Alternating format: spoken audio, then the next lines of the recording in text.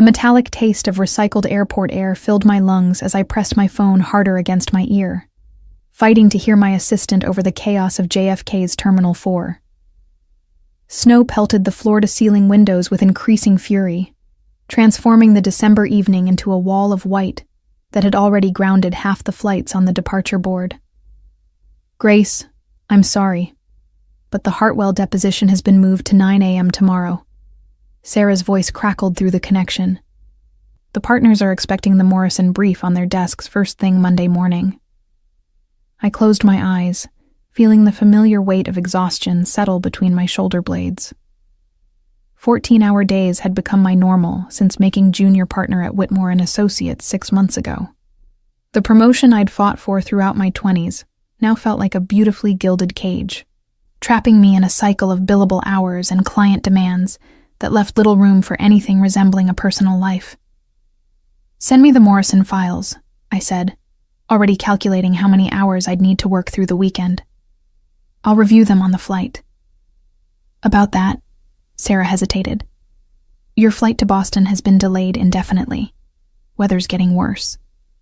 Through the terminal's speakers, a gate agent's voice confirmed my worst fears. "Ladies and gentlemen, due to severe weather conditions, all flights departing JFK have been suspended until further notice. Passengers are advised to contact their airlines for rebooking options." A collective groan rose from the waiting area as hundreds of travelers realized they'd be spending the night in uncomfortable airport chairs or hunting for hotel rooms in a city where every available bed would be claimed within the hour. I surveyed the terminal, taking in the families with crying children, business travelers frantically making phone calls, and couples arguing over their ruined vacation plans. My black wool coat suddenly felt stifling in the overheated terminal. I'd dressed for Boston's frigid December weather, not for being stranded in New York. The tailored charcoal suit underneath, my armor for corporate battles, now seemed absurdly formal for sleeping on an airport bench. My laptop bag, heavy with files that needed reviewing, cut into my shoulder with each movement. The scent of overpriced coffee and industrial cleaning supplies mixed with the underlying tension of displaced travelers. Somewhere nearby, a baby wailed with the particular pitch that seemed designed to frazzle already strained nerves.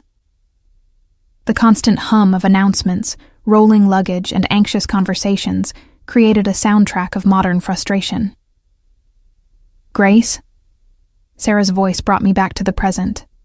"Are you still there?"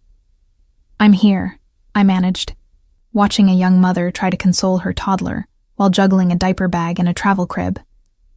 "Listen, call the hotel in Boston and cancel my reservation. I'll figure out where to stay here." "Already tried booking you something in Manhattan," Sarah said apologetically. "Everything's completely booked. The concierge at the Meridian said they might have cancellations after midnight, but no guarantees." I ended the call and stood in the middle of the terminal, surrounded by chaos but feeling utterly alone. This was the price of building a career that left no room for contingencies, for relationships that might provide a couch to crash on during emergencies. My parents lived in Connecticut, but the thought of calling them for help made my stomach clench with familiar anxiety. They'd never understood my choice to pursue corporate law instead of the family practice they'd envisioned, and every conversation became a subtle reminder of their disappointment. The announcement board flickered with updated delays and cancellations. My flight to Boston now showed "canceled" in unforgiving red letters. Around me, travelers were forming increasingly desperate lines at customer service desks, their patience fraying with each passing minute. I pulled out my phone to check rideshare availability, unsurprised to find surge pricing that would cost more than most people's weekly groceries. Every available car was at least 40 minutes away, and the estimated fare to Manhattan made me wince. But what choice did I have? Sleeping in an airport chair would hardly prepare me for tomorrow's deposition. "Excuse me," a voice said behind me, low and cultured with just a hint of an accent I couldn't place. "Are you trying to get into the city?" I turned to find a man watching me with dark eyes that seemed to notice everything. He was tall, probably 6'2", with the kind of broad shoulders that filled out his expensive black wool coat perfectly. His dark hair was styled with careful precision, and despite the travel chaos around us, he looked completely composed. There was something magnetic about his presence, a quality that made other travelers unconsciously step aside as he moved through the crowd. "Yes," I said cautiously, my lawyer's instincts automatically assessing potential threats. He didn't look dangerous. Quite the opposite. His charcoal suit was clearly bespoke, his shoes Italian leather that probably cost more than my monthly rent. A platinum watch caught the harsh terminal lighting as he gestured toward the exit. "My flight was canceled as well," he said, his voice carrying the kind of confidence that suggested he was accustomed to being heard and obeyed. "I've arranged transportation into Manhattan. You're welcome to share if you'd like." Every rule my mother had drilled into me about stranger danger screamed warnings, but fatigue and practicality won out. The alternative was waiting indefinitely for an overpriced ride or spending the night in an airport chair. Besides, this man didn't look like the type who needed to prey on stranded travelers. Everything about him, from his perfectly tailored clothes to his confident bearing, suggested significant wealth and success. "That's very kind of you," I said, extending my hand. "Grace Morrison." His handshake was firm, warm, and brief. "Griffin," he replied, not offering a last name. "Shall we?" He gestured toward the exit with a slight smile that transformed his stern features. There was something almost old-fashioned about his mannerisms, a formality that seemed out of place among the casual chaos of modern travel. As we walked toward the terminal exit, I noticed how other people seemed to notice him without quite knowing why. Conversations paused as he passed, heads turned, though he appeared oblivious to the attention. The automatic doors opened to reveal a wall of snow and wind that immediately stole my breath. The temperature had dropped at least 10 degrees since I'd arrived that afternoon, and the storm showed no signs of abating. Griffin placed a protective hand on my lower back, guiding me toward a black sedan that waited at the curb with its engine running. The driver emerged as we approached, a compact, efficient-looking man in a dark suit who moved with the particular alertness I associated with security personnel. He opened the rear door without a word, his eyes constantly scanning the area around us with professional vigilance. "After you," Griffin said, his breath visible in the frigid air. The car's interior was a haven of warmth and luxury. Black leather seats, climate control that had already banished the December chill, and the subtle scent of expensive cologne mixed with new car leather. As Griffin settled beside me, I noticed the quality of his cologne. Something woody and sophisticated that probably cost more than most people spent on groceries in a month. "Where in Manhattan?" Griffin asked as the driver pulled away from the terminal. "Midtown would be perfect," I said, settling into the heated leather seat. "I can catch a cab from there to wherever I end up staying." He studied me for a moment, those dark eyes unreadable. "Business or pleasure?" "Business," I replied automatically. "Well, it was supposed to be. A deposition in Boston tomorrow that I'll now need to reschedule." "Lawyer?" he said. Not a question, but a statement of fact. "How did you know?" A slight smile played at the corners of his mouth. "The way you assess everything, calculate risks, measure words before speaking. Plus, the briefcase and the fact that you're traveling alone on a Friday night for a Saturday morning deposition suggests dedication that goes beyond normal business hours." His observation was unnervingly accurate. I did assess everything, a habit developed through years of legal training and reinforced by experience in courtrooms where a single misplaced word could cost clients millions. But there was something unsettling about being read so easily by a stranger. "And you?" I asked. "What brings you to New York on such a lovely evening?" "Meetings," he said simply. "Business that doesn't reschedule easily." The vague answer triggered my professional curiosity, but something in his tone discouraged further questions. Outside the windows, the storm continued its assault on the city.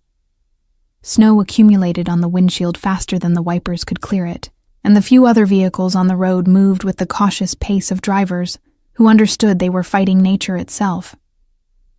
"This is worse than they predicted," I observed, watching a taxi fishtail slightly before recovering control. Griffin's expression darkened as he looked out at the worsening conditions.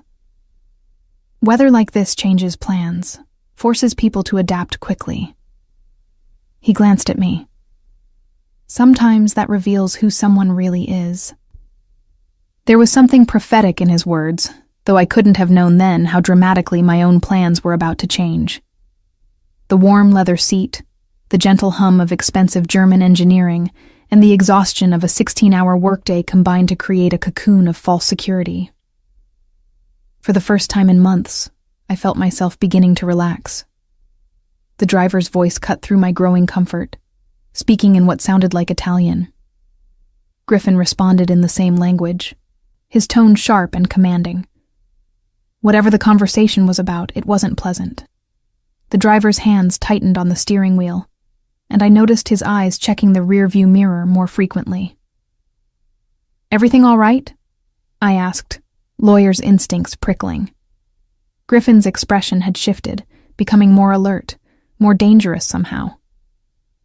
"Probably nothing," he said, but his body language suggested otherwise. "Marco, take the bridge." We turned onto a route I didn't recognize, heading toward what I assumed was the Queensboro Bridge.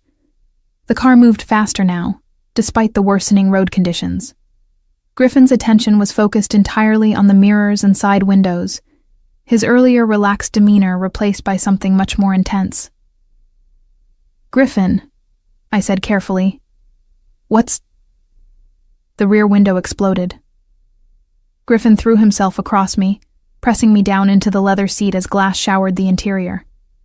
The car swerved violently, Marco fighting to maintain control as something metallic pinged off the trunk. Over the howling wind and screeching tires, I heard the unmistakable crack of gunfire. "Stay down," Griffin commanded, his weight pinning me to the seat. In the chaos, I glimpsed him pulling something from inside his coat, something black and metallic that definitely wasn't a cell phone. The fairy tale evening of shared transportation and mysterious charm had just become a nightmare, and I realized with crystalline clarity that I knew absolutely nothing about the man whose car I was sharing, whose protection I was now dependent upon, and whose world I had just been violently thrust into. The last coherent thought I had before terror took over completely was wondering what kind of business meetings involve people shooting at your car in the middle of a blizzard. The car careened through the snow-slicked streets as Griffin barked orders in rapid Italian to Marco, who responded with the practiced precision of someone accustomed to life-threatening situations. My ears rang from the gunshots, and the acrid smell of gunpowder mixed with the metallic scent of fear-induced adrenaline flooding my system. "Who's shooting at us?" I gasped, my voice barely audible over the wind whipping through the shattered rear window. Griffin's dark eyes met mine, and in them I saw a coldness that made my blood freeze more effectively than the December air. "People who made a very serious mistake," he said, checking the clip of his gun with movements so fluid they spoke of extensive practice. Another burst of gunfire shattered what remained of the rear window. Marco yanked the wheel hard left, sending the sedan into a controlled skid that somehow ended with us racing down a side street I didn't recognize. The city lights blurred past in streams of gold and white, creating a disorienting kaleidoscope that made my stomach lurch. "Griffin," I tried again, my lawyer's mind desperately seeking information, even as my body trembled with shock. "What kind of business are you in?" He was silent for a long moment, his attention focused on the side mirror where headlights were gaining on us despite Marco's evasive driving. When he finally spoke, his voice carried a weight that suggested the answer would change everything between us. "The kind where people don't usually get second chances to walk away," he said quietly. "I'm sorry you're caught in this, Grace. I never intended for an innocent to be involved." Innocent. The word hung in the air between us like a death sentence. Whatever world Griffin inhabited, I had just been violently inducted into it through the simple act of accepting a ride from a stranger. The corporate law battles that had consumed my life suddenly seemed laughably civilized compared to the very real bullets that had just missed ending my existence. Marco spoke urgently in Italian, pointing ahead toward what I could see was the approach to the Queensboro Bridge. Even through the storm, the bridge's lights were visible, a beacon of civilization that suddenly seemed impossibly far away. Griffin responded with what sounded like disagreement, but Marco shook his head emphatically. "He says the bridge is our best option," Griffin translated, though his expression suggested he disagreed with his driver's assessment. "Limited access points, harder for them to box us in." "Them?" I asked, hating how small my voice sounded. "How many people are trying to kill us?" Griffin's smile was sharp and completely devoid of humor. Enough to make this interesting. The entrance to the bridge loomed ahead, its massive steel structure disappearing into the swirling snow. Traffic was light due to the storm, which meant fewer civilians at risk, but also fewer places to hide. As we accelerated onto the bridge's span, I could see our pursuers emerging from the maze of Queen streets, 3 black SUVs moving in formation with military precision. "Professional," Griffin observed, watching them in the mirror. "This isn't random street crime." My mind raced through the implications. Professional meant organized. Organized meant planned. Planned meant Griffin was either very important or very dangerous, possibly both. The expensive clothes and cultured manner I'd initially found attractive now took on a more sinister cast. Wealthy men who traveled with armed drivers and attracted professional assassins didn't typically run legitimate businesses. "Griffin," I said, surprised by the steadiness in my own voice. "I need you to tell me who you really are." He looked at me then. Really looked, as if seeing me for the first time. Something shifted in his expression. A calculation, a decision being made. "My name is Griffin Castellano," he said finally. "My family has been in New York for 4 generations, building something that others want to destroy." Castellano. The name triggered a memory from law school, from a professor who'd discussed organized crime cases with the kind of academic detachment that made real violence seem theoretical. The Castellano family was old money New York, with business interests that spanned from legitimate real estate to less savory enterprises that prosecutors had never quite managed to prove in court. "Mafia," I whispered, the word escaping before I could stop it. Griffin's jaw tightened. "We prefer family business," he said, but there was no denial in his voice. "Though I suppose the distinction matters little to you now."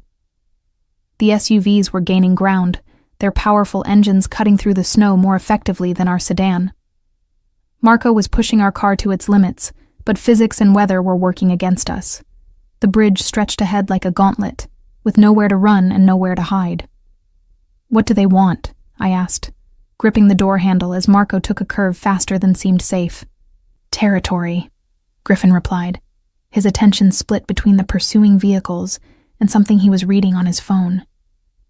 "The Volkov family thinks they can challenge traditional boundaries, expand their operations into areas that have been closed to them for decades." Volkov. Russian, I assumed, which meant this was more than just a local power struggle. International organized crime, territories spanning continents, resources that could buy corruption at the highest levels of government. I was trapped in a car with a man whose world operated by rules I couldn't even begin to understand. "And you won't let them," I said, beginning to grasp the larger picture. Griffin's smile was genuinely warm for the first time since the shooting started. "Very good, counselor. You understand the situation perfectly." A new sound cut through the wind and engine noise, the distinctive whoop whoop whoop of helicopter rotors. Griffin cursed in Italian, a string of words that needed no translation. Above us, barely visible through the swirling snow, a black helicopter kept pace with our convoy of vehicles. "Marco, the service road," Griffin commanded, pointing toward an upcoming exit that seemed to lead nowhere but darkness. "That's not an exit," I protested. "That's maintenance access." Griffin's grin was fierce and predatory. "Exactly." which means it's not monitored by traffic cameras, and there are no civilians to complicate matters. The implications of his words sank in like ice water. He wasn't trying to escape the confrontation. He was maneuvering toward it, choosing ground that would allow him to fight without witnesses or collateral damage. This wasn't panic or desperation. This was strategy. Marco yanked the wheel hard right, sending us skidding down a narrow ramp that led to the bridge's lower maintenance level. The pursuing SUVs followed without hesitation, confirming that this wasn't a random attack, but a planned assault by people who knew Griffin's likely escape routes. "How long have they been watching you?" I asked, as we raced along a service road that ran beneath the main bridge span. "Weeks, probably months," Griffin replied, checking his weapon again. "Viktor Volkov is nothing if not thorough. He's been planning this move for a long time." The service road ended at a maintenance facility built into the bridge's superstructure, a concrete bunker designed to house equipment and personnel during repairs. Marco pulled the car behind the building, using it as cover from the helicopter that was still circling overhead. "Stay in the car," Griffin ordered, his hand on the door handle. "Whatever happens, don't get out until I come back for you." "Where are you going?" I demanded, panic rising in my throat. His expression softened slightly. "To end this before it gets worse. These people operate on fear and intimidation. Show them weakness, and they'll never stop coming." The SUVs had followed us down the service road, and were now approaching the maintenance facility in a wide formation designed to prevent escape. Through the swirling snow, I could see armed figures emerging from the vehicles, moving with the coordinated precision of military professionals. Griffin stepped out into the storm, and I watched in fascination and horror as he transformed. The cultured businessman I'd shared pleasant conversation with disappeared, replaced by something primal and dangerous. He moved through the snow with absolute confidence, his weapon held with the casual competence of someone who'd done this many times before. The first gunshot echoed off the concrete walls of the facility, followed immediately by return fire from multiple directions. I pressed myself down into the leather seat, my heart hammering so hard I could feel it in my throat. This was real. People were trying to kill each other, and I was trapped in the middle of a war between criminals who settled disputes with bullets instead of lawsuits.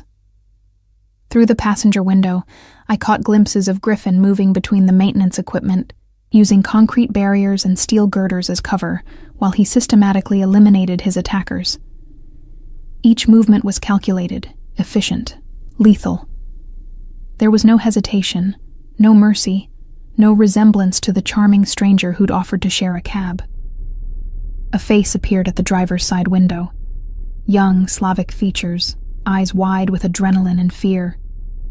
He was reaching for the door handle when Griffin appeared behind him like a shadow, ending the threat with a precision that spoke of extensive training and zero conscience.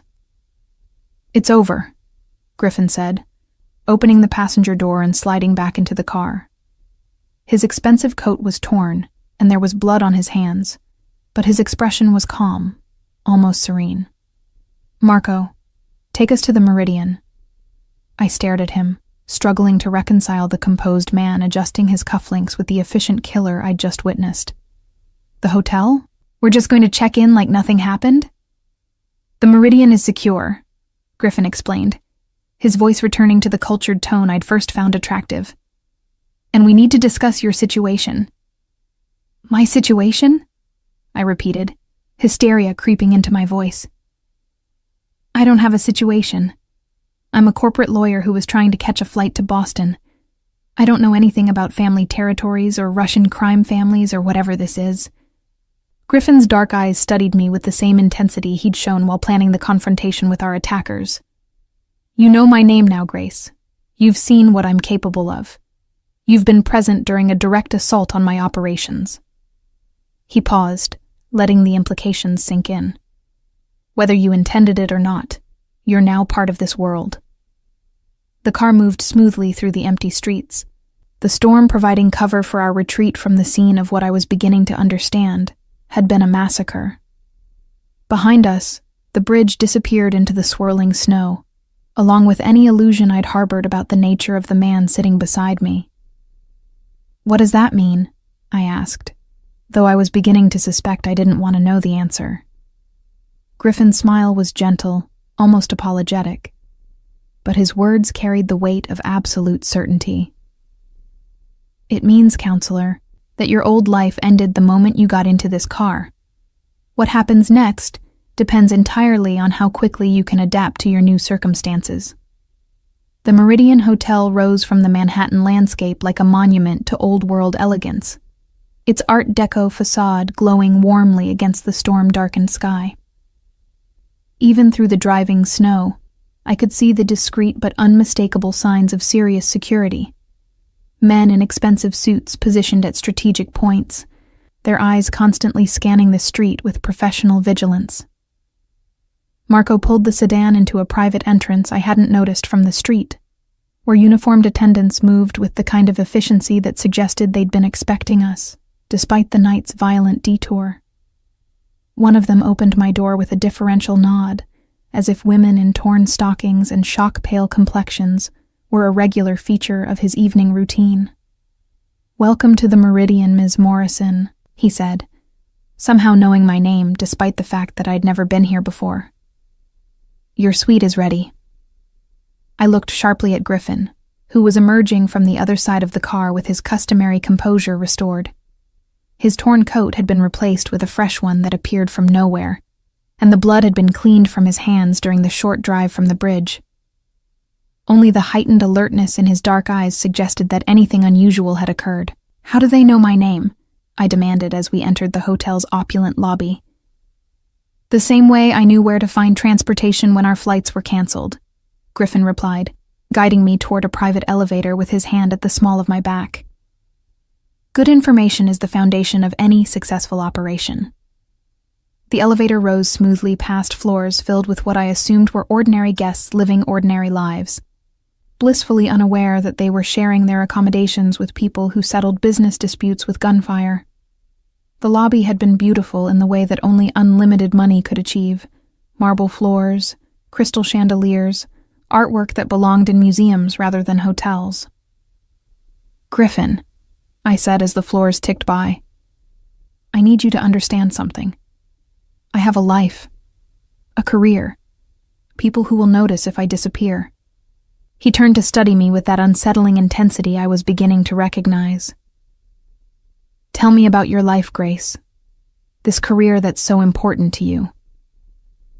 The question caught me off guard, partly because it was the first time he'd shown genuine interest in my circumstances, and partly because examining my life from this new perspective revealed just how isolated I'd become. "I'm a junior partner at Whitmore & Associates, corporate law, mostly mergers and acquisitions. I work 70-hour weeks, bill clients at rates that would fund small countries, and haven't had a vacation in 3 years.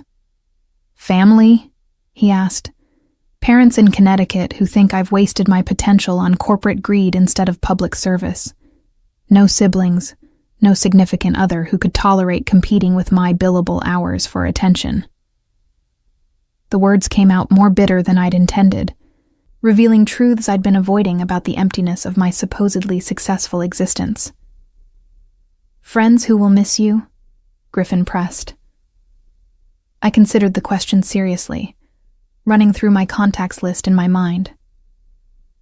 "Colleagues, mostly. People I work with but don't really know. A few law school acquaintances I see at bar association events." The realization was more painful than I wanted to admit. No one who would call the police if I missed a few days of work. Griffin nodded as if this confirmed something he'd already suspected. "Loneliness makes people vulnerable, Grace. It also makes them adaptable." The elevator opened onto a hallway that screamed wealth and discretion. Thick carpeting muffled our footsteps as Griffin led me to a suite at the far end, where a man in an expensive suit was waiting with the kind of patience that suggested he'd been there for hours. "Vincent," Griffin acknowledged with a nod. "Status?" "The Volkov situation has been contained," Vincent replied in accents that placed his origins somewhere in Brooklyn. 8 confirmed eliminated. No survivors to report back to Moscow. The bridge incident will be classified as weather-related accidents. Poor visibility. Multiple vehicle collision. Very tragic. Griffin's casual acceptance of what amounted to mass murder sent a chill down my spine. This wasn't the work of street criminals or desperate men making poor choices. This was institutional violence, carried out with the kind of resources and planning that suggested vast organizational backing. "And our guests' accommodations?" Griffin asked, gesturing toward me. Vincent's eyes assessed me with professional detachment before he answered. "The penthouse suite is secure. All electronic surveillance has been disabled per your instructions, and the staff has been briefed on privacy protocols. Ms. Morrison's absence from her normal routine has been explained as a family emergency requiring extended travel." "Wait," I interrupted, my lawyer's training finally overriding my shock. "You can't just rearrange my life without my consent. I have rights, legal protections." Griffin's smile was gentle but implacable. "Grace, you're thinking like someone who still lives in the world of laws and courts and constitutional protections. That world operates on the assumption that everyone agrees to follow the same rules." He gestured toward the elegant hallway around us. "This world operates on different principles entirely." Vincent handed Griffin a tablet, which he studied briefly before nodding. "Excellent work. Make sure the families of the deceased receive appropriate compensation. Standard amounts, no questions asked. And Vincent?" Griffin's voice hardened slightly. "I want to know how Victor's people tracked us so precisely. Someone had information they shouldn't have had." "Already investigating," Vincent replied. "We'll have answers within the hour." The casual efficiency with which they discussed covering up multiple homicides and tracking down security leaks was almost as frightening as the violence itself. This wasn't chaos or desperation. This was business as usual, conducted with the same professional competence I brought to merger negotiations. Griffin opened the suite door and ushered me inside, where I found myself in accommodations that redefined luxury. Floor-to-ceiling windows offered a panoramic view of Manhattan, the storm creating a dramatic backdrop for the city lights below. The furniture was antique, but perfectly maintained, the kind of pieces that belonged in European castles rather than hotel rooms. "This is beautiful," I said automatically, my corporate training making polite conversation even under these surreal circumstances. "It should be," Griffin replied, moving to a well-stocked bar and pouring himself what looked like very expensive whiskey. "My family owns the hotel." Of course they did. I was beginning to understand that Griffin's influence extended far beyond what I'd initially imagined. This wasn't just organized crime. This was generational wealth and power built over decades, possibly centuries, with tentacles reaching into every aspect of legitimate society. "Drink?" he offered, holding up a crystal decanter. "I don't think alcohol is a good idea right now," I said, settling onto a sofa that probably cost more than my car. "I need to think clearly." Griffin settled into the chair across from me, crossing his legs with elegant precision. In the warm light of the suite's lamps, he looked like exactly what he'd first appeared to be: a successful businessman with excellent taste and unlimited resources. Only the alertness in his eyes and the way he positioned himself with clear sightlines to all entrances betrayed his true nature. "What are you thinking about, Grace?" he asked, his voice carrying genuine curiosity. "Escape routes," I answered honestly. "Legal options. Ways to extract myself from this situation before it gets any worse." "And what have you concluded?" I met his gaze directly, calling on every ounce of courtroom confidence I'd developed over years of high-stakes negotiations. "That I'm completely fucked." Griffin's laugh was rich and genuinely amused. "Very good. Accurate assessment of your position is the first step toward finding a workable solution." "Which would be?" He set down his whiskey and leaned forward, his expression becoming more serious. "That depends on what you want, Grace. What kind of life you're willing to accept going forward." "I want my old life back," I said immediately. "No, you don't," Griffin replied with quiet certainty. "Your old life was killing you slowly. 70-hour work weeks, no real relationships, no joy, no passion. You were successful by conventional measures, but you weren't actually living. The observation stung because it was true. I'd built a career that impressed strangers and left me empty, accumulating achievements that felt hollow the moment they were accomplished. The partnership I'd fought for had brought more work and more isolation, not the satisfaction I'd expected. "What are you suggesting?" I asked carefully. Griffin stood and moved to the windows, looking out at the storm that was finally beginning to ease. "My world offers things your world never could. Real power, instead of the illusion of influence. Genuine importance rather than billable hours. Protection from threats you never knew existed. In exchange for what?" He turned back to me, his expression unreadable. "Loyalty, discretion, trust." He paused. "And the understanding that once you're part of this family, you're part of it permanently." The word family carried weight beyond its literal meaning, suggesting bonds that transcended blood relationships. I'd read enough about organized crime to understand that family loyalty was absolute, enforced by consequences that made corporate politics look like playground squabbles. "And if I refuse?" Griffin's smile was sad, but determined. "Then you'll be relocated somewhere safe, with a new identity and enough money to start over. You'll never see New York again, never practice law again, never have any contact with your previous life." "Witness protection," I realized. "Something like that," he agreed, "though administered privately, with better funding and more permanent arrangements." The choice he was offering wasn't really a choice at all. Join his organization or disappear forever. The life I'd built, unsatisfying as it was, would be erased either way. The only question was whether I'd have any agency in what replaced it. "What would my role be?" I asked, surprised by my own pragmatism. "If I chose to stay?" Griffin's expression brightened with what looked like genuine pleasure. "You're a lawyer, Grace. Someone with expertise in corporate law, merger negotiations, regulatory compliance.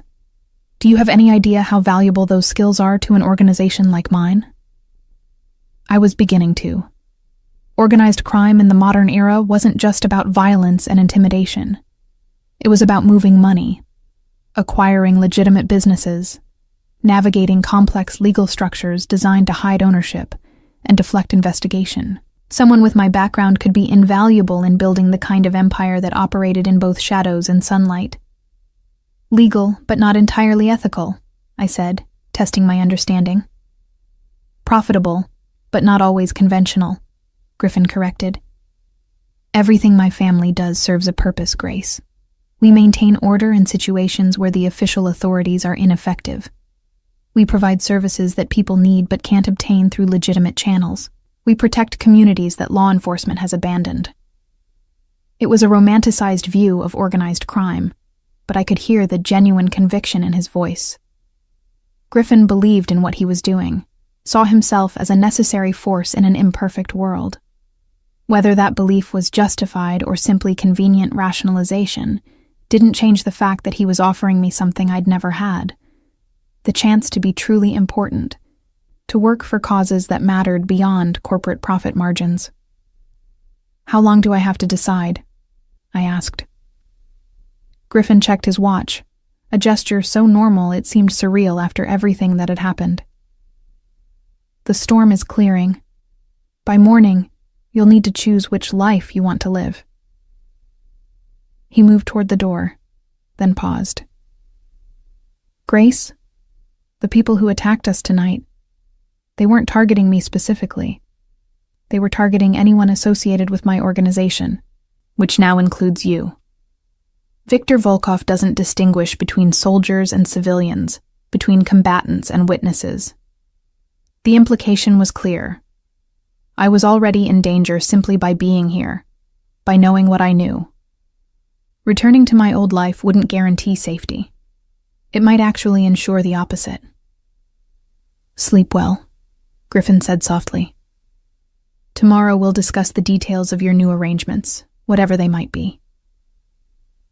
After he left, I stood at the windows looking out at the city below, where millions of people lived ordinary lives governed by ordinary rules. Somewhere out there was my apartment, my office, my carefully constructed existence that had felt so important just hours ago. Now it all seemed as distant and insubstantial as the snow that was finally beginning to taper off, revealing a world that looked the same but felt completely transformed. I woke to pale winter sunlight streaming through windows I didn't recognize, my body aching from tension and restless sleep. For a disorienting moment, I couldn't remember where I was or why my muscles felt like I'd been in a fight. Then the events of the previous night crashed back. The gunfire, the bodies in the snow, Griffin's casual efficiency with violence that redefined everything I thought I knew about danger. The penthouse suite looked different in daylight, less like a fairy tale refuge and more like an elegant prison. The antique furniture and museum-quality artwork took on a more sinister cast when viewed as the backdrop for life-altering ultimatums. Through the floor-to-ceiling windows, Manhattan spread out below like a chessboard where I was apparently just discovering the rules. A soft knock interrupted my brooding. "Come in," I called, expecting Griffin or perhaps the discreet hotel staff. Instead, a woman entered carrying a breakfast tray. Not the uniformed service personnel I'd anticipated, but someone roughly my age with shrewd eyes and an expensive business suit that suggested she was far more than a server. Her dark hair was pulled back in a severe bun that emphasized the sharp intelligence in her expression. "Ms. Morrison," she said, setting the tray on the dining table with practiced efficiency. "I'm Elena Vasquez, Mr. Castellano's attorney. He thought you might prefer to discuss certain aspects of your situation with someone who shares your professional background." A lawyer. Griffin had sent another lawyer to explain why my legal training was suddenly irrelevant to my circumstances.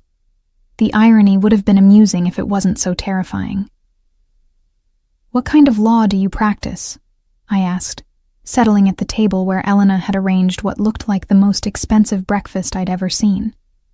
Fresh fruit, artisanal pastries, coffee that smelled like it cost more per pound than most people's monthly grocery budget. "Corporate restructuring, regulatory compliance, international business transactions," Elena replied, taking the seat across from me. "Everything required to maintain complex operations across multiple jurisdictions." "Legitimate operations?" I asked pointedly. Elena's smile was professionally neutral. "Profitable operations. Legitimacy is often a matter of perspective and paperwork." She opened a leather portfolio and withdrew several documents, arranging them on the table with the kind of precision that suggested this wasn't her first time explaining life-changing contracts to reluctant participants.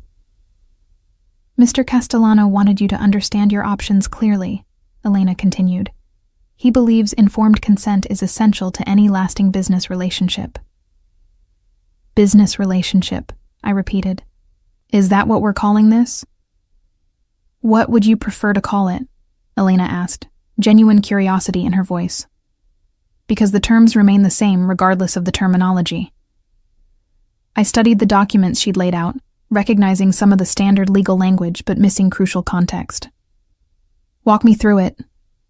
Elena gestured to the first document. "Option 1, relocation with new identity. We provide you with a completely clean background, sufficient funds to establish yourself anywhere in the world except the United States, and ongoing security monitoring to ensure your safety. In exchange, you sign comprehensive non-disclosure agreements and surrender all previous identification documents." "Exile," I translated. "Protected exile," Elena corrected. "Very comfortable protected exile." She moved to the second set of papers.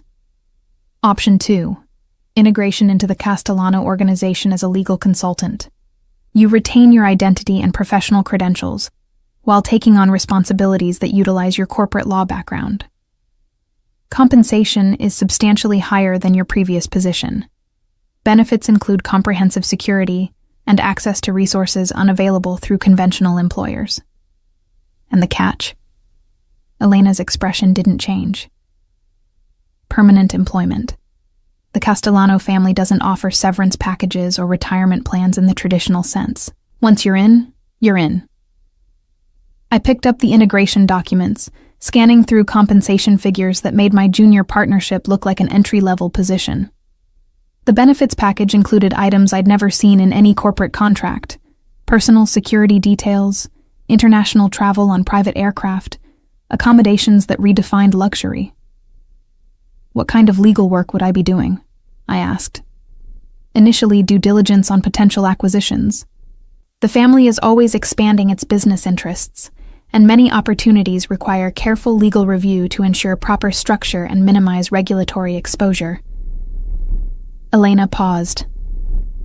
Eventually, you might handle more sensitive matters: contract negotiations with parties who prefer to avoid official documentation, dispute resolution in situations where traditional courts aren't suitable venues. The euphemisms were elaborate, but the meaning was clear. I'd be helping to launder money, structure illegal enterprises, and negotiate agreements that existed entirely outside the boundaries of legitimate law. Everything I'd spent years learning about ethics and professional responsibility would become irrelevant. How many people work for the Castellano organization? I asked, trying to grasp the scope of what I was being offered. Directly? Perhaps 50 people in positions of real responsibility. Indirectly?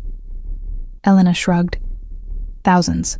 Restaurants, construction companies, import-export businesses, real estate development, private security firms. The family's interests are quite diverse. An empire, I realized. Not just a criminal organization, but a complex web of legitimate and illegitimate enterprises that employed thousands and influenced countless more.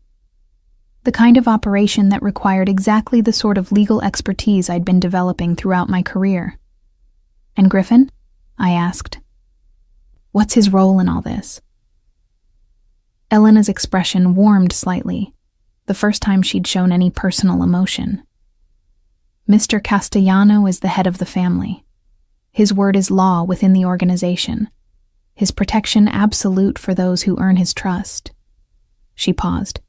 He's also, if you don't mind my saying so, someone who rarely takes personal interest in recruitment decisions. The implication was obvious. Griffin's involvement in my situation went beyond simple organizational necessity. Whether that was good or bad for my prospects remained unclear. Has anyone ever chosen option 1? I asked. Relocation? Occasionally. Usually when family members want to leave the life, or when witnesses require protection. Elena's tone suggested these weren't common occurrences. The arrangements are permanent and comprehensive. New identities don't allow for nostalgia or second thoughts. A life completely severed from everything I'd ever known, everyone I'd ever cared about, however limited that group might be. The prospect should have terrified me, but instead, I felt a strange sense of liberation. What exactly would I be giving up? A career that consumed my entire existence without providing real satisfaction? Relationships with colleagues who knew nothing about my actual thoughts or feelings? Parents who'd never understood or supported my choices? The compensation package for option 2, I said, returning to the integration documents. These figures seem excessive for legal consulting. Elena smiled, the first genuinely warm expression I'd seen from her. Mr. Castellano believes in paying for the best. He also believes that people who feel properly valued are more likely to remain loyal during difficult periods. Difficult periods? Investigations, territorial disputes, regulatory challenges. This life isn't without its complications, Ms. Morrison, but the rewards are proportional to the risks. I set down the papers and looked out at the city below, where people were beginning their normal Saturday routines, shopping, visiting friends, living ordinary lives with ordinary concerns. 24 hours ago, I'd been one of them, worried about depositions and billable hours and client demands that seemed monumentally important at the time. Elena, I said finally, can I ask you something personal? Of course. Do you ever regret choosing this life? Elena was quiet for a long moment, considering her answer carefully. I regret some of the things I've had to do, she said finally. But I don't regret the person I've become, or the family I've found, or the knowledge that I'm doing work that actually matters. Even though it's illegal. Legal and moral aren't always the same thing, Elena replied. The Castellano family provides order in situations where official authority fails. We protect people who can't protect themselves. We provide opportunities for those who've been excluded from legitimate success. We maintain stability in communities that would otherwise be consumed by chaos. It was the same rationalization Griffin had offered, but Elena's conviction seemed genuine. She believed in what she was doing, saw herself as part of something larger and more important than mere criminal enterprise. How long do I have to decide? I asked. Mr. Castellano will return this afternoon for your answer. He's currently handling some urgent business related to last night's unpleasantness. Elena began gathering the documents. In the meantime, you're welcome to explore the hotel, speak with other family members, get a better sense of what this life actually entails. She paused at the door. Ms. Morrison, for what it's worth, I think you'd be an excellent addition to the organization. You have the intelligence, the training, and the character to thrive in this environment. The question is whether you have the courage to leave your old life behind. After Elena left, I sat in the luxurious silence of the penthouse suite, weighing impossible choices. Through the windows, I could see the bridge where last night's violence had occurred, now innocent-looking in the winter sunlight. Somewhere down there, cleanup crews were probably handling the aftermath of Griffin's efficient brutality, ensuring that official reports would never reflect what had actually happened. The breakfast Elena had brought was growing cold, but I found I had no appetite. How could I eat artisanal pastries while contemplating joining an organization that killed people as casually as I once reviewed contracts? Yet, how could I walk away from the most significant opportunity I'd ever been offered, even if it meant abandoning everything I'd once believed about right and wrong? My phone rang, jarring me from my contemplation. The caller ID showed my office number, Sarah, probably wondering why I hadn't checked in about rescheduling the Boston deposition. I stared at the device, realizing that answering it would mean pretending that my old life still existed, still mattered. I let it go to voicemail. The decision, I realized, had already been made. I just hadn't acknowledged it yet. Griffin returned to the suite at precisely 3 o'clock, carrying himself with the same effortless authority I'd noticed at the airport, but now understood in entirely different terms. He wore a charcoal wool suit that probably cost more than most people's monthly salary, and his dark eyes held the satisfied expression of someone whose morning had been professionally productive. "Grace," he said, settling into the chair across from mine with fluid grace. "I trust Elena explained your options clearly." "Very clearly," I replied, surprised by the steadiness in my own voice, though I have some questions about the specifics. Of course. Griffin gestured for me to continue, his full attention focused on me with the intensity I was learning to associate with important business decisions. If I choose integration, what happens to my apartment, my personal belongings, my previous life? Everything you want to keep will be transported here discreetly. Items with sentimental value, important documents, anything that matters to you personally. Griffin paused. Your lease will be terminated. Your office will be notified of your resignation due to family circumstances, and your professional obligations will be handled by our people to ensure no loose ends. The casual efficiency with which he described erasing my existence was both impressive and terrifying. And my parents? What kind of relationship do you have with them? I considered the question honestly. Distant, disapproving. We speak perhaps once a month, usually when they want to express concern about my choices or suggest I should have become a public defender instead of a corporate attorney. Griffin nodded, as if this confirmed something he'd already suspected. They'll receive periodic communications indicating you're well but busy with your career. Holiday cards, birthday messages, occasional brief phone calls. Nothing that would suggest anything has changed, but nothing that requires ongoing personal contact. You've done this before. When necessary. Griffin's tone suggested this was a routine aspect of recruitment, rather than an unusual accommodation. Family relationships often complicate transitions into our organization. We've developed efficient methods for managing such situations. I walked to the windows, looking down at the city where my old life was being systematically dismantled by people I'd never met, following orders from the man sitting calmly behind me. The scope of his organization's capabilities was becoming clear. This wasn't just crime syndicate, but a comprehensive infrastructure capable of manipulating records, communications, and official documentation with sophisticated precision. What about the people who attacked us last night? I asked. Are there others? Griffin's reflection appeared in the window glass as he stood and moved closer. Viktor Volkov is dead, along with most of his immediate lieutenants. The surviving members of his organization are currently reassessing their position regarding territorial boundaries. His voice carried the satisfaction of someone who'd solved a complex problem efficiently. However, there will always be others who test our resolve. This life requires constant vigilance. The casual way he discussed murder and territorial control should have horrified me. But instead, I found myself analyzing the strategic implications. If Griffin's organization was under constant threat, then my involvement made me a permanent target regardless of my decision. Leaving wouldn't guarantee safety. It might actually increase my vulnerability. Elena mentioned that people rarely choose relocation, I said, still studying the city below. Why is that? Because once you understand what we offer, exile feels like punishment rather than protection. Griffin moved to stand beside me at the window, close enough that I could smell his expensive cologne. Power, Grace. Real power, not the illusion of influence you had at your law firm. The ability to solve problems that courts can't address, to protect people who have no other recourse, to build something lasting. And the price?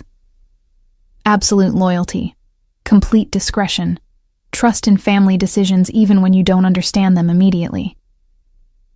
Griffin turned to face me, his dark eyes intense. The same qualities that make successful lawyers applied to a broader scope of human problems. I thought about my previous life, the endless billable hours, the clients who treated me as an expensive tool rather than a professional advisor, the partners who viewed my contributions as stepping stones to their own advancement.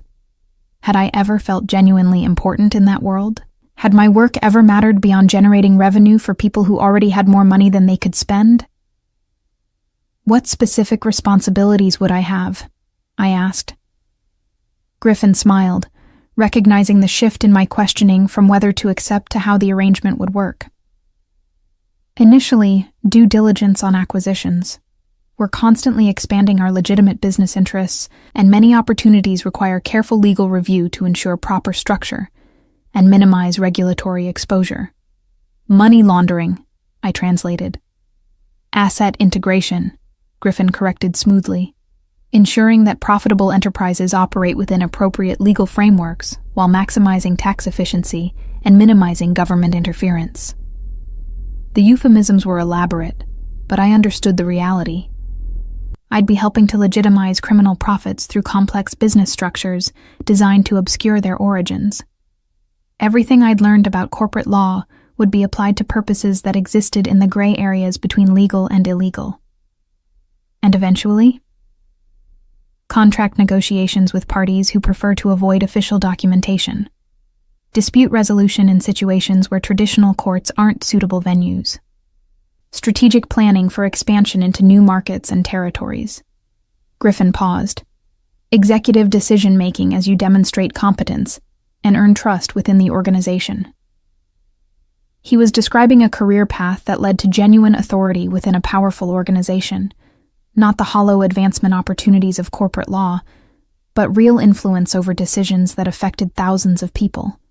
The kind of position I'd never be offered in the legitimate world, no matter how many hours I billed or how many successful cases I handled. How many women hold senior positions in your organization? I asked. Elena is our chief legal counsel. Maria Santori runs our international logistics operations. Carmen DeLuca manages our restaurant and hospitality businesses. Griffin's tone suggested these weren't token appointments, but genuine leadership roles. The Castellano family judges people by competence and loyalty, not by traditional prejudices. A knock at the door interrupted our conversation. Griffin called permission to enter, and Vincent appeared carrying a tablet and wearing the expression of someone with urgent information to report. "Boss," Vincent said, nodding respectfully to me before focusing on Griffin. "We've got movement on the Volkov situation. Seems like word has reached Moscow about last night's activities." Griffin's expression hardened. "Details. Federal interest is heating up. The bridge incident attracted more attention than we anticipated, and someone downtown is asking questions about traffic patterns and vehicle registrations." Vincent glanced at me uncertainly. "Should we discuss this privately?" "Ms. Morrison is family," Griffin said firmly, making a decision that surprised me with its implications. "Whatever concerns the organization concerns her." Vincent nodded and continued. "The good news is that our people in the mayor's office and police department are handling the official narrative. Weather-related accidents, poor visibility, very tragic but nothing suspicious. The bad news is that federal agencies aren't always cooperative with local arrangements." I listened to their conversation with growing understanding of the scope of Griffin's influence.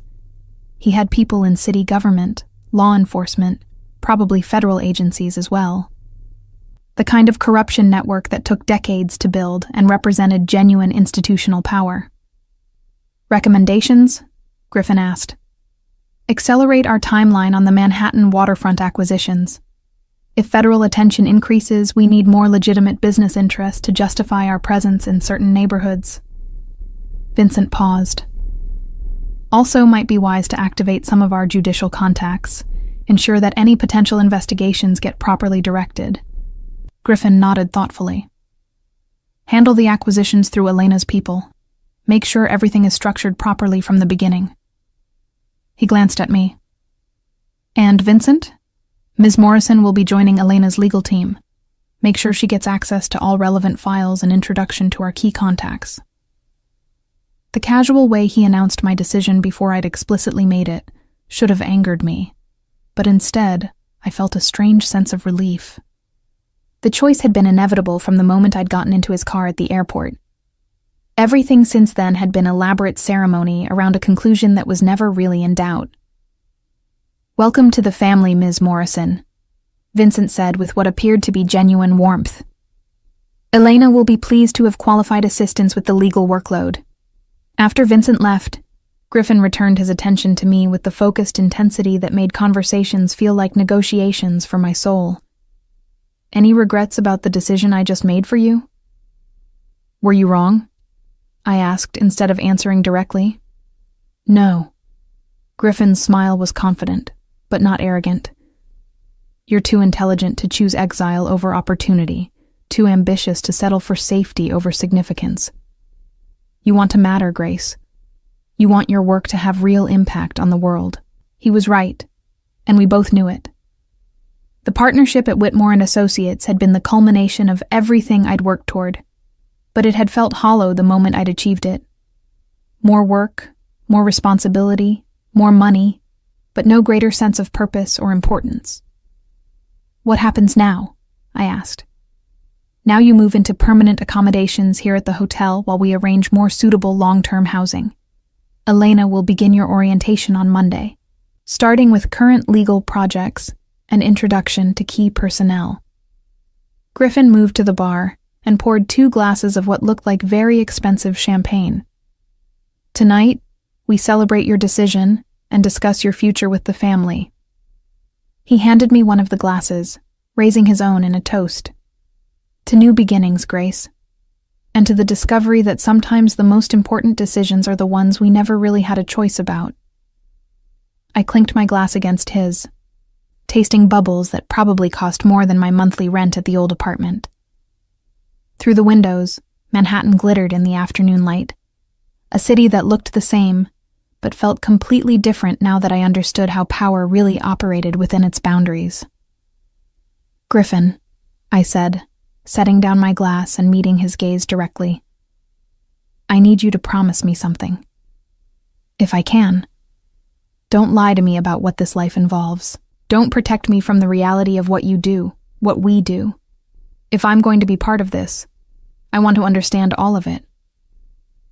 Something shifted in Griffin's expression. Respect, perhaps, or recognition of a kindred spirit. Very well, but understand that knowledge carries its own burdens. Once you know certain things, you can never unknow them. I understand. Griffin nodded slowly. Then welcome to the real world, Grace Morrison. I think you're going to find it far more interesting than the fantasy you've been living. As the sun set over Manhattan, painting the sky in shades of gold and crimson, I realized that everything I'd once considered real, my career, my goals, my understanding of how the world worked, had been shadows on a wall. The life stretching ahead might be dangerous, morally complex, and completely different from anything I'd planned, but it would be authentic in ways my previous existence had never been. For the first time in years, I felt truly awake. 3 weeks later, I stood in Elena's office reviewing acquisition documents for a chain of luxury restaurants that would serve as fronts for money laundering operations, when my phone buzzed with a message that changed everything. Grace, it's your mother. Please call immediately. There's been an incident. My blood turned to ice. In the elaborate fiction Griffin's people had constructed around my disappearance, my parents believed I was traveling extensively for a major client, handling international merger negotiations that required extended periods abroad. The communications they received were carefully crafted to maintain that illusion, while gradually reducing their expectations of regular contact. Elena, I said, showing her the message. How is this possible? I thought all communications were being monitored and managed. Elena's expression darkened as she read the text. They are. This message didn't come through our systems. She was already reaching for her secure phone, calling what I'd learned was Griffin's direct line. We have a breach. Griffin arrived within minutes, accompanied by Vincent and 2 other men I recognized as senior security personnel. The casual confidence I'd grown accustomed to seeing in Griffin's bearing was replaced by the cold alertness of someone confronting a direct threat to his operations. Show me the message, he commanded, examining my phone with the intensity of someone who understood that seemingly small details could unravel carefully constructed plans. The number is spoofed, Vincent reported, after running it through their systems. Routing through multiple international proxies, designed to look like it's coming from your mother, but actually originating from a sophisticated technical operation. The Bratva, Griffin said grimly. Victor's death created a power vacuum in their organization, but it seems his replacement is more subtle than his predecessor. Elena was already pulling up files on her computer, her fingers flying across the keyboard with practiced efficiency. Alexei Petrov, Victor's cousin, recently arrived from Moscow, with significantly more resources and intelligence than Victor ever possessed. Our sources suggest he's been conducting surveillance on family operations for weeks. The implications hit me like a physical blow. He knows about me, about my parents. He knows you're important to me, Griffin corrected, his voice carrying a dangerous edge, which makes you valuable leverage. I thought about my parents in their quiet Connecticut home, probably wondering why their daughter's work suddenly required such secretive international travel, possibly growing concerned about the lack of detailed communication. They had no idea that their ordinary suburban existence had been invaded by the violent world I'd chosen to enter. We need to get to them first, I said, surprised by the authority in my own voice, before Alexei decides they're more useful as hostages than as bait. Griffin studied me for a long moment, and I realized this was a test of sorts. How I responded to threats against people I cared about would reveal something essential about my character and my commitment to the family's values. Vincent, mobilize a protection detail immediately, Griffin ordered. Full surveillance and security for the Morrison residence, but keep it invisible. We don't want to alarm them or confirm Alexei's intelligence about Grace's importance. Already handled, Vincent replied, which didn't surprise me anymore. Griffin's organization operated with the kind of efficiency that anticipated problems before they became crises. Team deployed 20 minutes ago, perimeter secured, technical countermeasures in place.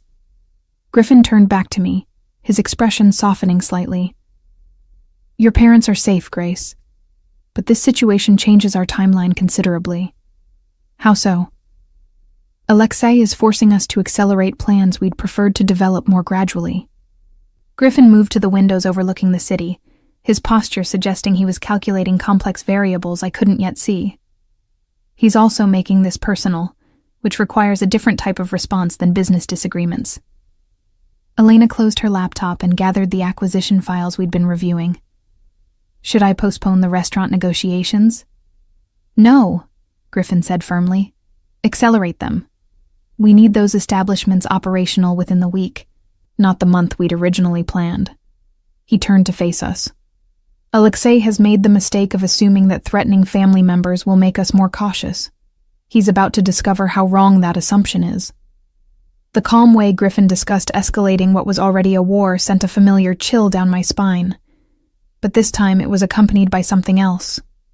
Satisfaction. These people had threatened my parents, invaded the peaceful life my mother and father had built through decades of honest work and simple values. Whatever response Griffin was planning, they'd earned it. What do you need from me? I asked. Griffin's smile was sharp and predatory. Legal cover for some very aggressive business expansion. Elena will brief you on the specific requirements, but essentially we need to acquire controlling interests in several businesses that provide strategic access to Alexei's operations. Hostile takeovers, I translated. Comprehensive acquisition strategies, Griffin corrected with dark humor. Entirely legal, though perhaps not entirely conventional in their implementation timeline. Over the next 72 hours, I worked with Elena to structure the most complex and aggressive business campaign I'd ever been involved in. Using shell companies, offshore accounts, and legal mechanisms I'd never seen deployed so ruthlessly, we acquired controlling interests in 3 shipping companies, 2 warehouse facilities, and a construction firm that collectively formed the infrastructure supporting Alexei's American operations. The work was exhilarating in ways my previous corporate practice had never been. Instead of shuffling papers to help wealthy clients become wealthier, I was wielding legal expertise like a weapon, dismantling an enemy's capability to threaten people I cared about. Every contract I structured, every acquisition I completed, every regulatory filing I submitted was part of a larger strategic campaign that would determine whether Griffin's family or Alexei's organization controlled criminal activity in New York. You're enjoying this, Elena observed on the 3rd night as we worked through documentation for the final acquisition. More than I expected, I admitted. There's something satisfying about using corporate law to destroy someone who deserves it. Elena smiled. Griffin was right about you. You understand that law is just another tool, and tools are only as moral as the purposes they serve. By Thursday morning, our campaign was complete. Alexei's operations had been systematically dismantled through legitimate business acquisitions, backed by overwhelming financial resources and legal expertise. His shipping routes were disrupted. His storage facilities were under new management, and his construction projects had been halted by regulatory challenges we'd carefully orchestrated. Status report, Griffin requested as our team gathered in his private conference room. Alexei's organization is effectively paralyzed, Vincent reported with obvious satisfaction. Revenue streams cut off, operational infrastructure compromised, key personnel reassigned or eliminated. He's got perhaps 48 hours of remaining capability before complete collapse.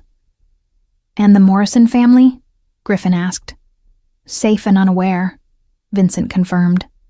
Our protection detail reports no unusual activity, no surveillance, no contact attempts.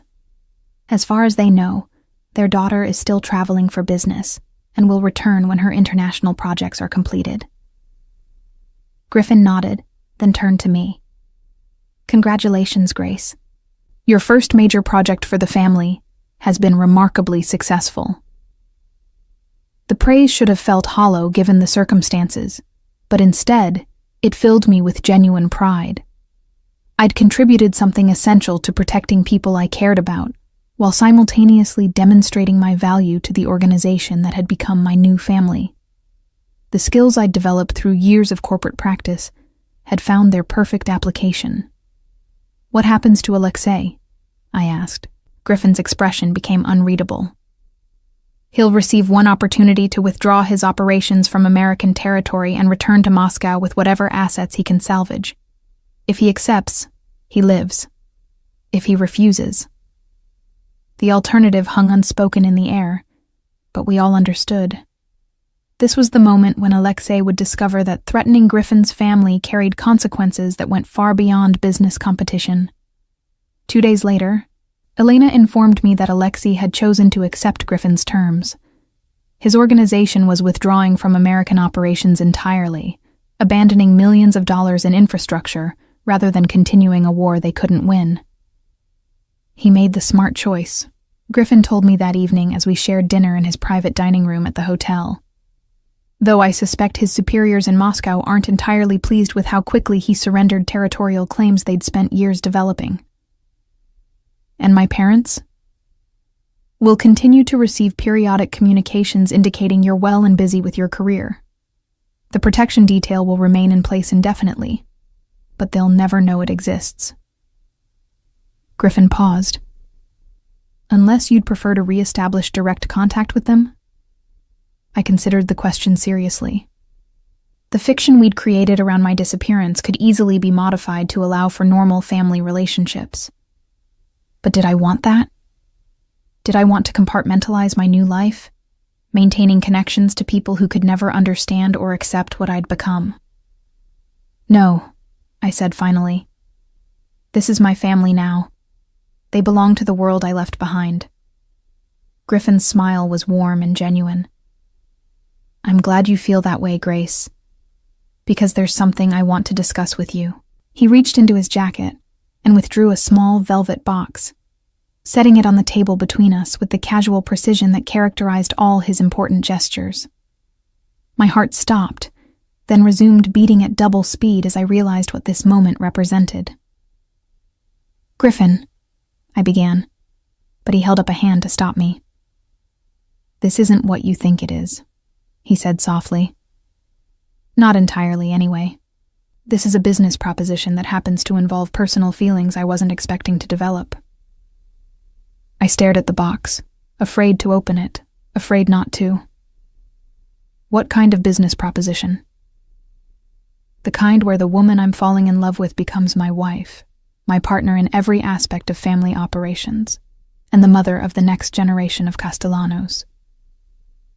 Griffin's voice was steady, but I could see tension in his shoulders that suggested this conversation mattered more to him than his casual tone implied. "You're falling in love with me?" I asked, focusing on the part of his statement that seemed most impossible. "Inconvenient, isn't it?" Griffin's smile was rueful. "I'd planned to keep our relationship strictly professional, but you've made that impossible.